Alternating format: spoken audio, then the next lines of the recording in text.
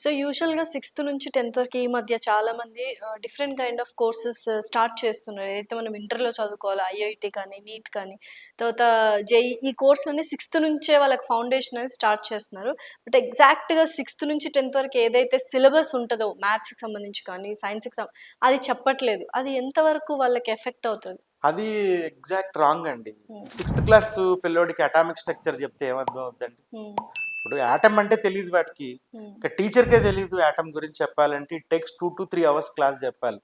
అక్కడ atomic structure చెప్తే వాడికి ఏం అర్థమవుతది? హ్మ్. అర్థం కాదు. ఇట్లా ఆంధ్ర, తెలంగాణలో 2 స్టేట్స్‌లోని 6థ్ క్లాస్ నుంచి 10థ్ క్లాస్ దాకా ఐఐటీ ఫౌండేషన్ అని 5 ఏళ్ళు, ఇవి 2 ఏళ్ళు. 7 ఇయర్స్ 4-5 లాక్స్ పైనే చదువుతున్నారు. హ్మ్. మినిమం 4-5 లాక్స్ పైన ఉన్నారు. 5 లాక్స్‌లో 1% అంటే 5,000. కానీ దేశంలో ఐఐటీ సీట్లు ఉన్నాయి 18,650. ఓన్లీ ఐఐటీ సీట్స్ ఉన్నవి 18,650. 18,000 నుంచి 19,000 ఉన్నాయండి. మనకు వచ్చే సీట్లు 3,600 నుంచి 4,000 సీట్లు. హ్మ్. అంటే 1% లెక్కేసుకుంటే ఎంత మీకు?